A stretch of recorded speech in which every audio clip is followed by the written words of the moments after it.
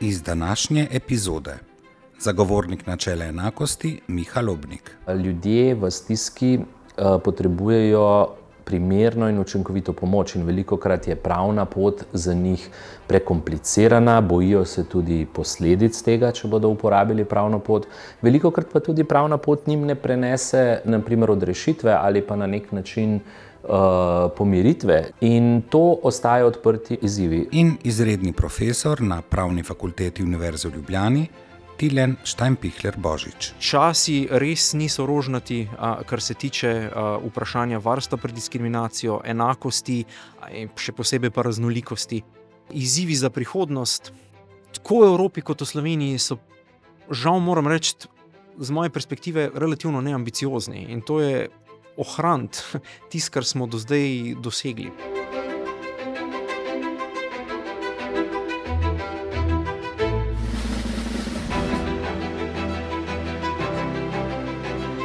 Podcast Zagovornika načela enakosti.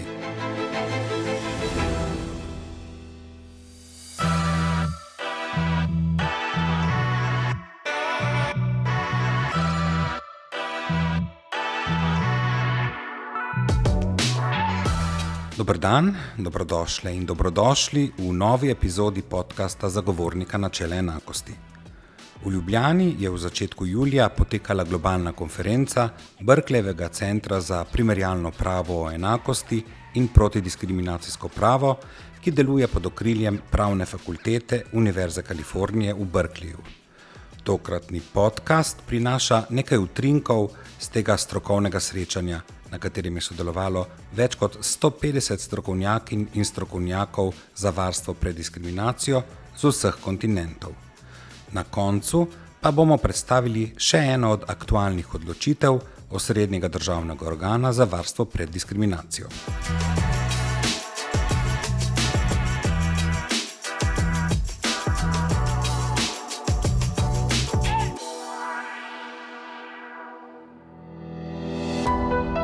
Poglobljeno o diskriminaciji. Letošnja 12. izvedba Berkeleyjeve mednarodne konference je imela naslov Revolucija prava o enakosti, premislek ob 25-letnici protidiskriminacijskega prava v Evropi in širše. Udeleženke in udeležence je z video nagovorom pozdravila predsednica republike Nataša Pirc Musar. Letos mineva 25 let od sprejetja dveh mejnikov evropskega prava. Direktive o enakosti pri zaposlovanju in direktive o rasni enakosti. Leta 2000 smo s temi dokumenti naredili odločen korak naprej, ne le v zakonodaji, temveč tudi v vrednotah, ki jih kot Evropa želimo uresničevati. Ob tej pomembni obletnici imamo priložnost in dolžnost, da ocenimo, kje smo. Dosegli smo veliko, vendar vemo, da so kljub napredku številne oblike diskriminacije danes le preoblečene, bolj subtilne, a nič manj škodljive. Danes se moramo znova vprašati, kako resno mislimo, ko govorimo o enakih možnostih. Kako široko razumemo dostopnost, vključevanje, pravičnost. Ali imamo kot družba pogum, da neenakost poimenujemo tudi tam, kjer je najbolj boleča, v povezavi z revščino, spolom, raso, migracijami, duševnim zdravjem, starostjo, vero, invalidnostjo, spolno usmerjenostjo, spolno identiteto in spolnim izrazom. In prav teh tem so se dotikale konferenčne razprave. Otvoritveni plenarni dogodki in uvodni nagovori so obravnavali globalna prizadevanja za boj proti diskriminaciji, vključno z zakonodajnimi pobudami za enakost in ustavnopravnimi vidiki v Sloveniji. Delavnice so raziskovale različne teme: zakonodajo o invalidnosti in dostopnosti, sistemsko diskriminacijo v zdravstvu, spolno pravičnost, presečnost v kontekstu migracij ter pristranskost umetne inteligence. Posebne seje so bile posvečene rasni pravičnosti, okoljski ranljivosti, digitalni in algoritemski diskriminaciji ter pravni zaščiti romske skupnosti in nebinarnih oseb. Posebne pozornosti je bila deležna starostna diskriminacija, vključno z možnostjo nastanka Konvencije Združenih narodov o pravicah starejših oseb. zagovornik načela enakosti Miha Lobnik. Posebnost letošnje konference je bil njen širše gledano lokalni evropski poudarek, zato so na njej sodelovali tudi kolegi iz institucij zagovornikov načela enakosti iz drugih evropskih držav.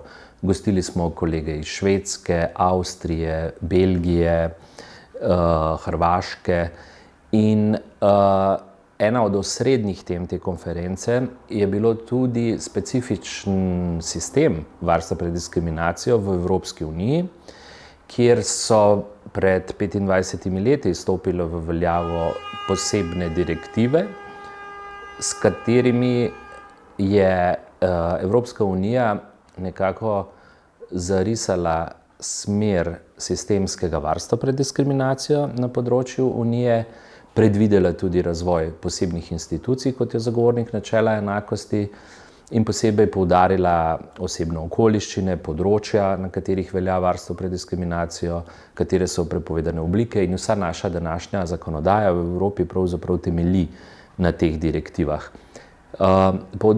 Poudarek te konference je bil na nek način pogled nazaj, pregled tega dosedanjega razvoja, kako so se načela iz evropskih direktiv prevedla v neko prakso, v življenje. Namreč življenje je velikokrat bolj kompleksno in prinaša izzive, ki jih seveda pisci zakonodaje niso predvideli. In s temi izzivi se soočajo prav organi za enakost oziroma zagovorniki načela enakosti v Evropi. Zato je bila konferenca nekaj posebnega, saj smo se lahko soočili tisti, ki varstvo pred diskriminacijo izvajamo v praksi, s tem, da ljudem pomagamo, kadar so diskriminirani, in tisti, ki se pravzaprav ukvarjajo z vprašanji zakonodaje in pravnih utemeljevanj v nekih specifičnih življenjskih situacij. Pri varstvu pred diskriminacijo je namreč značilno to, da je treba vsakič znova upoštevati kontekst, v katerem se je nek dogodek zgodil, pretehtati tudi druge, morda legitimne cilje, ki so jih akterji zasledovali. Torej ne gre za enostavna vprašanja, ampak za kompleksna. In ravno to, kako so se institucije, ki se s tem ukvarjajo, razvile, kako so lahko pri svojem delu še bolj učinkovite, vse to je bil predmet razprav te konference. Konferenco so soorganizirali Berkeleyjev center za primerjalno pravo o enakosti in protidiskriminacijsko pravo, zagovornik načela enakosti in Pravna fakulteta Univerze v Ljubljani. Izredni profesor Tilen Štajnpihler-Božič. Konferenca je po mojem mnenju pomembna za Slovenijo, ker nas postavlja na zemljevid. V ne le evropskem, ampak celo svetovnem merilu. Se pravi, da je Slovenija tista, kjer se je konferenca zgodila, da sta tako zagovornik kot Pravna fakulteta tista, ki sta gostila oziroma soorganizirala ta dogodek, je odmevalo tako rekoč po celem svetu, pravzaprav iz vseh kontinentov, držav, po vseh kontinentih smo imeli udeleženke in udeležence te konference, ki so bili v Ljubljani in pravzaprav pa videli, česa smo tudi tle mi sposobni narediti tako vsebinsko kot organizacijsko. Ta konferenca je pomembna za nas, govorim pa zdaj majčkeno ožje, mogoče z vidika pravnika oziroma profesorja na Pravni fakulteti, ker postavlja ponovno z metaforo, postavlja na zemljevid v bistvu tudi področje prava varstva pred diskriminacijo, protidiskriminacijskega prava, kot nekega samostojnega, čeprav zelo presečnega interdisciplinarnega področja, ki s tem dogodkom v svetovnem merilu, tako kot sem rekel, stopa v bok bolj tradicionalnim pravnim disciplinam, kot so, ne vem, ustavno pravo, delovno pravo, gospodarsko pravo. Nekako to bi bila zame dve ključni stvari, dva ključna poudarka. So bile kakšne ugotovitve na konferenci, ki jih je vredno izpostaviti? Iz vseh glavnih predavanj, se pravi keynote speechov, tako kot panelnih srečanj, veje, kar se mene tiče, en tak duh k mobilizaciji v bistvu vseh, ki nam je to področje blizu, ki nam je mar za to, k mobilizaciji obrambe pravzaprav dosežkov, ki so bili v zadnjih letih na tem pravnem področju pa onkraj prava v resnici storjeni, ne. Časi res niso rožnati, kar se tiče, vprašanja varstva pred diskriminacijo, enakosti, in še posebej pa raznolikosti.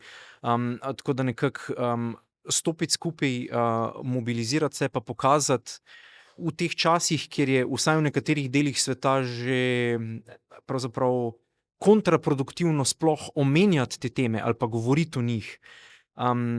Postaviti nas tule na zemljevid pa o tem zelo jasno in izrecno govoriti, se mi zdi nekako tista ključen poudarek ali pa ključen neke vrste zaključek, no, tudi če ni bil tako izrecno formuliran mogoče, kot sem ga zdaj poskušal jaz.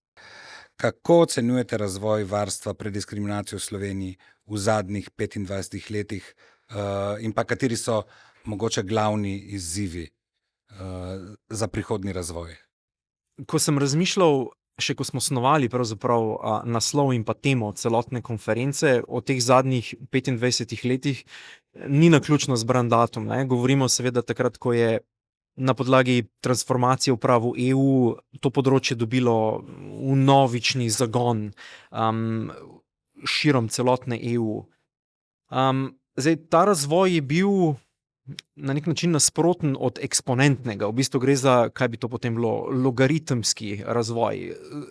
Velik boom kmalu po letu 2000, ki se je pa do danes nekako upešal, vsaj po moji oceni. Se pravi, ta nagel vzpon in pa razvoj, se je zdaj na nek način, žal moram reči, že skoraj izčrpal. Od leta 2008, ko smo še nekako sanjali tudi o novih zakonodajnih predlogih strani komisije na ravni Evropske unije, ki bi, to pravno področje v okviru EU naredila bolj koherentno glede vseh področij varstva in vseh osebnih okoliščin. Nekako takrat naprej se to ni uresničilo. Jaz bom rekel po domače, flikamo določene majhne stvari, jih izboljšujemo, pa pilimo, nekih velikih prebojev ali pa narediti to stvar bolj kompaktno, kar je zagotovo bila ambicija še 10 ali pa 15 let nazaj, tega pa zdaj ne zaznavam več. Zdaj, po drugi strani je pa res, da je pravzaprav, prav pravo EU bilo tisto, kateremu vsaj jaz pripisujem velik, če ne največji, ne bom pa rekel edini, da je to edini dejavnik razvoja, v Sloveniji tega pravnega področja. Ker pod vplivom tega razvoja, ki je sovpadal z priključevanjem oziroma vstopanjem tudi Slovenije v EU, začne nastajati, vsaj na zakonski ravni, naše pravo varstva pred diskriminacijo in veliko se imamo zahvaliti pravzaprav na nek način pritiskom iz Evrope, formalnim in neformalnim, da smo naš sistem vzpostavili, kakorkoli je že pomanjkljiv in vedno je prostor za izboljšave, pa vendarle je ta impuls prihajal od zunaj, ki smo ga nadgradili, v Sloveniji razširili. Tako da se navežem na tvoje zadnje vprašanje, izzivi za prihodnost. Tako v Evropi kot v Sloveniji so, žal moram reči, z moje perspektive relativno neambiciozni in to je ohraniti tisto, kar smo do zdaj dosegli. V Sloveniji smo pri tem razvoju še šli korak naprej, imamo širše, področje varstva. Izziv naš je, kako ga obdržati v luči trendov, ki niso najbolj spodbudni, ki si jih prej omenil, in hkrati, v bistvu tako široko področje varstva, obdržati relativno koherentno. Izziv za teorijo kot za prakso tega pravnega področja. Izvajanje evropskih protidiskriminacijskih direktiv predstavlja po mnenju zagovornika načela enakosti še vedno velik izziv. Miha Lobnik. V celem kontekstu je Evropska unija po 25 letih, torej direktiv, ki so uvedle varstvo pred diskriminacijo, posebej direktiva o zaposlovanju v sferi delovnega mesta in zaposlovanja in pa direktiva o rasni enakosti, je vprašanje učinkovitosti sistemov, ki so jih države do sedaj razvile. Namreč ljudje v stiski potrebujejo primerno in učinkovito pomoč in velikokrat je pravna pot za njih prekomplicirana, bojijo se tudi posledic tega, če bodo uporabili pravno pot. Velikokrat pa tudi pravna pot njim ne prenese na primer odrešitve ali pa na nek način pomiritve, glede na to, kaj se jim je recimo zaradi spola, starosti, rase primerilo. In to ostajajo odprti izzivi. Na te izzive odgovarjajo lani sprejete evropske direktive o standardih delovanja organov za enakost v Evropi in skupen evropski izziv, torej tudi slovenski, je, da se duh in vsebina teh direktiv prevede tudi v našo zakonodajo. V prihodnjem letu bo tako potekel tisti predvideni rok, ko mora tudi Slovenija za to direktivo implementirati, kot rečemo, in bo zato potrebno opraviti dovolj široko strokovno razpravo, kako bomo slovensko zakonodajo na tem področju in delovanje institucij prilagodili, da bomo uresničevali to, kar smo tudi kot članica Evropske unije na nivoju Evropske unije z direktivami že sprejeli. Skratka, šlo bo za tisto tipično situacijo prenašanja zakonodaje na nacionalno raven. To bo pa tudi prilika, da po 10 letih delovanja in obstoja zagovornika načela enakosti izkušnje te institucije pri delu z ljudmi, pri pomoči diskriminiranim, tudi upoštevamo pri nadgradnji naše zakonodaje, zato da bomo ljudem, kadar se znajdejo v stiski, lahko še bolj učinkovito pomagali.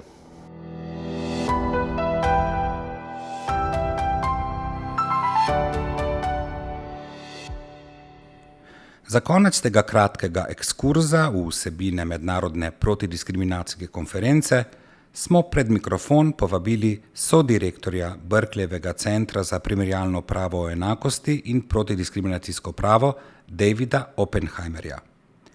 Da živimo v težkih časih za ideje raznolikosti, enakosti, vključevanja in zaščite pred diskriminacijo, da je v Združenih državah Amerike posebej težko in da se valovi tega potresa širijo tudi globalno, je profesor poudaril tudi v svojem zaključnem govoru. Vprašali smo ga, kako on razume dogajanje, zakaj do tega prihaja in kdo ima pri tem interes. In my opinion, the people who oppose equality rights Po mojem mnenju so ljudje, ki nasprotujejo pravicam do enakosti za ženske, za temnopolte, za LGBT osebe, za osebe z invalidnostmi, večinoma belci. Ponavadi so to beli nacionalisti. V Združenih državah Amerike so pogosto beli krščanski nacionalisti, ki imajo vizijo dobre družbe, ki pa ni vključujoča družba. To je družba, v kateri je krščanstvo nacionalna religija in kjer imajo moč v državi ter v zasebnem podjetništvu skoraj izključno beli moški. To je njihovo prepričanje in trenutno imajo veliko političnega uspeha. They're having a lot of political success right now. Ste sodirektor Berkeleyjevega centra za primerjalno pravo o enakosti in protidiskriminacijsko pravo. Kako vi vidite pomembnost enakosti in protidiskriminacije? It's important in a number of different reasons. Pomembno je iz več razlogov. Prvič, to je osnovna človekova pravica. Ko to snemamo, je 4. julij, dan, ko so ZDA razglasile svojo neodvisnost od Velike Britanije in zapisale, da so vsi ljudje ustvarjeni enaki, ter da jim je njihov stvarnik podelil neodtujljive pravice, vključno s pravico do življenja, svobode in iskanja sreče. Pravica do enakega obravnavanja, pravica do tega, da smo obravnavani kot polnopravni, avtonomni posamezniki, je bistvena za uresničevanje demokratičnih svoboščin. Poleg tega pa je pomembna tudi izjemna moč in vrednost raznolikosti. Če odločitve sprejema majhna, zaprta skupina, te odločitve verjetno ne bodo dobre. Ko vključite ljudi, ki so bili izključeni, ljudi z različnimi ozadji, izkušnjami in pogledi, bodisi na podlagi rase, narodnosti, spola, spolne identitete, spolne usmerjenosti, invalidnosti, starosti, vere ali drugih okoliščin, se sprejemajo boljše odločitve. Takšni ljudje bodo bolj uspešni v znanstvenem laboratoriju, v upravnem odboru podjetja in drugje. Res je, da bodo izkušnje zaradi razlik povzročale določeno nelagodje, vendar prav iz tega nelagodja izhaja globje, bolj ustvarjalno razmišljanje in boljše odločitve. To je znanstveno dokazano. Dolga leta je bila to zgolj domneva, dobra domneva, ki je veliko ljudi sledilo. Danes pa imamo znanstvene dokaze, ki to podpirajo. But now we're way beyond the stage of it simply being a good hunch. We've got science in support. Ko gledamo, kaj mediji objavljajo, kaj delajo zakonodajalci ali o čem razpravljajo politiki, se zdi, da sta enakost in varstvo pred diskriminacijo nepomembni temi. Toda za zagovornike človekovih pravic in institucije, ki ščitijo ljudi pred diskriminacijo, sta to nekako ključni temi, ki omogočata, da ljudje živijo svobodno in da je njihovo dostojanstvo spoštovano. Yeah, and in the United States, it's a topic that gets a lot of attention. Ja, v Združenih državah je to tema, ki dobi veliko pozornosti. Razumem, da je v družbi, ki je precej homogena, to manj zanimiva tema za medije in politične voditelje. Morda imajo manj koristi od tega, da odpirajo to vprašanje. Toda dolgoročno bodo imeli koristi, ker bo to pripeljalo do boljših odločitev. But they will benefit from raising the question in terms of better decision making. Ste pričakovali, da boste v svojem življenju videli nazadovanje prizadevanj proti diskriminaciji in za človekove pravice, zlasti v Združenih državah Amerike, ki so bile vodilna sila na tem področju? Well, I've already lived many years. Že dolgo živim. Vaši poslušalci tega ne morejo vedeti iz mojega glasu, no morda pa lahko, da imam 75 let. Spomnim se, ko sem obiskal Washington. To je bilo mesto še vedno segregirano in temnopolti niso smeli jesti v restavracijah blizu Kapitola. Leta 1967 sem korakal z doktorjem Martinom Lutherom Kingom in takrat so se v časopisih pojavljali oglasi z napisom "Delovno mesto na voljo samo belcem". In to je bilo zakonito. V 75 letih, kolikor živim, smo prišli daleč, vendar sedaj nazadujemo. Koliko bomo nazadovali, ne vem. Zelo me skrbi. But we are regressing right now, and how far we will regress, I don't know. It worries me a great deal. Nekateri trdijo, da smo šli predaleč pri uveljavljanju enakosti in omenjajo tako imenovano kulturo brisanja, cancel culture. Trdijo, da je tako ogrožena njihova svoboda govora. Kako odgovarjate na te trditve, ali je enakosti lahko preveč? I don't think there's a such thing as too much equality. Mislim, da ne obstaja nekaj takega kot preveč enakosti. Ne mislim, da smo šli predaleč. Mislim pa, da ljudje tako na levi kot na desni, včasih tudi v osrednjem političnem prostoru, nasprotujejo svobodi govora in to je velika napaka. Ne glede na vaše cilje ali poglede, smo boljša družba, če so mnenja lahko izražena in če praznujemo raznolikost pogledov. Ta koncept kulture brisanja je močno pretiran, vendar se zgodi, da ljudje rečejo stvari, ki so tako žaljive, da drugi nočejo imeti opravka z njimi. Če pa nekdo pove nekaj žaljivega in je pripravljen na pogovor o tem, zakaj je bilo to, kar je rekel, žaljivo ali poniževalno za nekatere ljudi, moramo vstopiti v ta pogovor. Razumem, če je nekdo nenehno žaljiv do te mere, da odganja druge, če bi imeli v učilnici nekoga, ki bi glasno izjavljal stvari, ki bi bile osebno boleče za študente na podlagi njihovega spola, narodnosti ali rase, tega ne bi mogel dopustiti. Toda želel bi se usesti s tem študentom, se pogovoriti z njim in poskusiti razumeti, zakaj to počne, ter mu pomagati razumeti, zakaj tega ne bi smel početi. Univerze in nasplošno naša družba so dobri forumi za oblikovanje, izražanje, razpravljanje in soočanje idej. Ljudje ne bi smeli biti izbrisani zato, ker sodelujejo v tem procesu. Vendar pa moramo biti drug do drugega spoštljivi. But we all have to be respectful of each other too. Kot zagovorniki varstva pred diskriminacijo in spodbujanja enakosti, torej enakopravnosti, enakih možnosti, enakega obravnavanja, Kako lahko v teh časih gradimo odpornost in odziv? Well, we have to speak truth to power. Moramo govoriti resnico tistim, ki imajo moč. Moramo prepoznati, kar vidimo, in izpostaviti, kar je narobe. Če predsednik Združenih držav prek svoje tiskovne predstavnice reče, da odpušča knjižničarko kongresne knjižnice, ker v otroškem oddelku postavlja neprimerne pro-LGBT knjige, moramo odgovoriti, to ni res. Kongresna knjižnica je raziskovalna knjižnica, ni knjižnica za izposojo. V njej ni otroških polic, ni otrok, ki bi si izposojali knjige. Izgovor, ki ga navaja za odpuščanje te temnopolte ženske, je laž. In tega ne moremo preprosto odpraviti z, to je bila neumna izjava. Moramo biti odločni in govoriti resnico tistim na oblasti. And we have to, again, speak truth to power. Kakšna je torej vloga protidiskriminacijskega prava pri gradnji odpornosti in odziva? Well, it's one of the foundations. Protidiskriminacijsko pravo je ena od osnovnih pravic, ki zagotavlja, da so ljudje obravnavani pošteno in enakopravno. Kolikor so sodišča ali organi za enakost pripravljeni te pravice uveljavljati, toliko bolj ustvarjamo priložnosti za to, da ljudje delujejo v enakih okoliščinah. To meet on a level playing field. Kaj bi kot profesor z Berkeleyja svetovali ljudem, ki se soočajo z diskriminacijo? Kako naj se soočijo s tem? It's very difficult to recognize. Zelo težko je priznati, da ste obravnavani nepošteno zaradi nečesa, kar ne morete spremeniti, naprimer zaradi svoje rase, narodnosti, spola, starosti.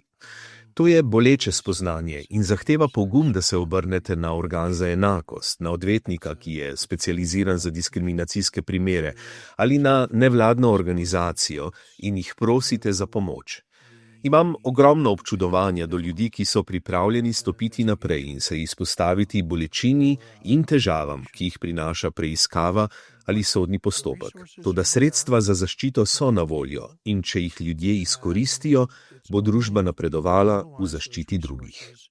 That society will move forward in terms of protecting others. Thank you so much, Professor Oppenheimer, for the interview. You're welcome.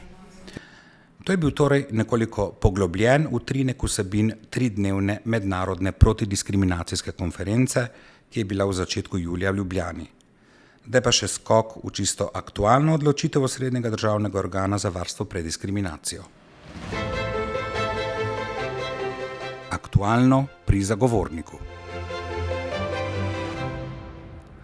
Na zagovornika načela enakosti se je po pomoč obrnila oseba, ki je povedala, da so ene od term prepovedale vstop za otroke mlajše od 14 let. Zdi se ji, da je taka neenaka obravnava neupravičena, da gre torej za neposredno diskriminacijo otrok in družin. Zagovornik diskriminacije ni ugotovil. Poslušajmo zakaj. Miha Lobnik. Zagovornik načela enakosti je prejel prijavo o domnevni diskriminaciji mlajših od 14 let oziroma družin, ki imajo mlajše otroke od 14 let, saj določene terme v Sloveniji ne nudijo svoje storitve takšnim družinam. Ko smo turistično podjetje vprašali, so nam razložili, da so se v zadnjem času specializirali za tržno nišo, da poglabljajo svoj zdraviliški program, ki pa med cilji, ki so potrebni, da ga dosegajo, seveda vključuje tudi neko mirnost v skupnih prostorih, bazenov in tako naprej. In ta mir pa razumljivo seveda otroci mlajši od 14 let težko spoštujejo. Sledil je postopek pri zagovorniku, kjer smo od podjetja zahtevali, da utemelji to svoje izključevanje. Namreč sledili smo zakonodaji. Zakonodaja predvideva, da obstajajo izjeme od prepovedi diskriminacije, ker dejstvo je, da je nevstop mlajših od 14 ena od oblik neenakopravne obravnave. Vendar zakon po drugi strani pravi, da so izjeme možne, kadar se s tem zasleduje nek legitimen cilj, sredstva, kako se pa ta cilj zasleduje, pa so ustrezna, nujna in sorazmerna. Kaj pa zdaj to v praksi pomeni?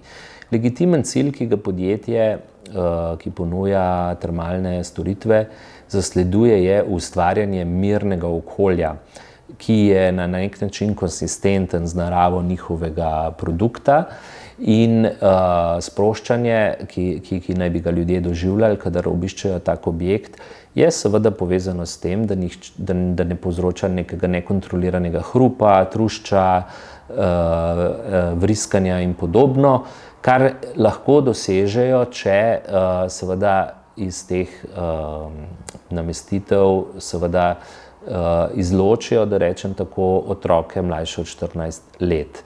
Zdaj, ali je to nujen ukrep? Podjetje je utemeljevalo, da je pač mlajšim od 14 res težko razložiti, zakaj je ta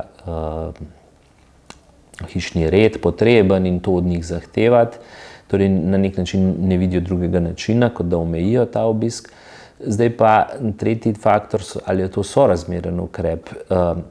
Tako da oni lahko delujejo v smislu svobodne gospodarske pobude in da njihove stranke lahko uživajo v okviru termalnih zdraviliških programov tudi željeni mir, je seveda tisto, kar dobi ena stran. In če to primerjamo s tem, kar druga stran izgubi, dostop do teh istih termalnih voda, bazenov in tako naprej, je tukaj zelo pomembno dejstvo, ki ga je podjetje navajalo, da so v samem istem kraju, pa tudi v bližnjem Laškem, pa še potem malo naprej, različne zelo velike kapacitete podobnih turističnih objektov z termalno vodo, ki pa za razliko od teh term imajo tudi vso infrastrukturo za otroke, imajo tobogane, imajo prilagojene bazene.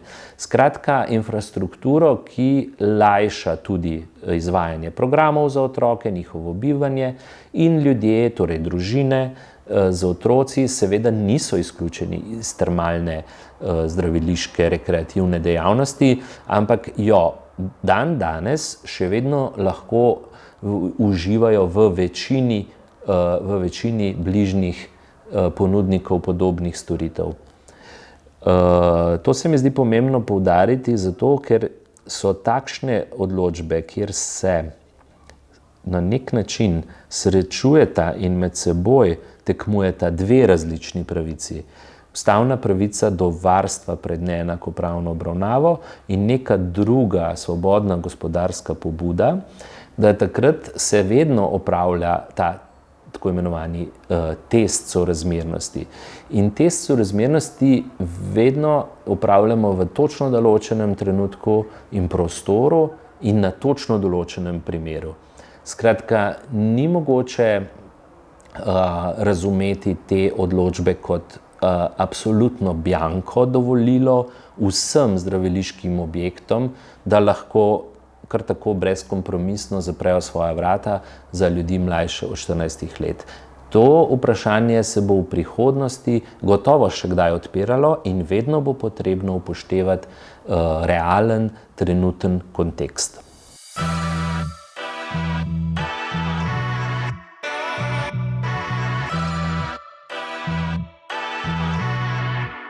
Tako, to je bila 5. epizoda podcasta Zagovornika načela enakosti. Z vami smo bili predsednica države Nataša Pirc-Musar, sodirektor Berkeleyjevega centra za primerjalno pravo o enakosti in protidiskriminacijsko pravo David Oppenheimer, izredni profesor na Pravni fakulteti Univerze v Ljubljani Tilen Štajnpikler-Božič, zagovornik načela enakosti Miha Lobnik in Roman Kuhar, ki se mu srčno zahvaljujemo za prevod. Podcast sem povezoval Mitja Blažič. Vabljeni, da nas spremljate tudi v prihodnje, najdete nas na vseh platformah za pretočne vsebine, ne pozabite nam slediti tudi na družabnih omrežjih Facebook, Instagram, X, LinkedIn. Lahko nam tudi pišete na podcast@zagovornik-rs.si podcast@zagovornik-rs.si. Kmalu se spet slišimo.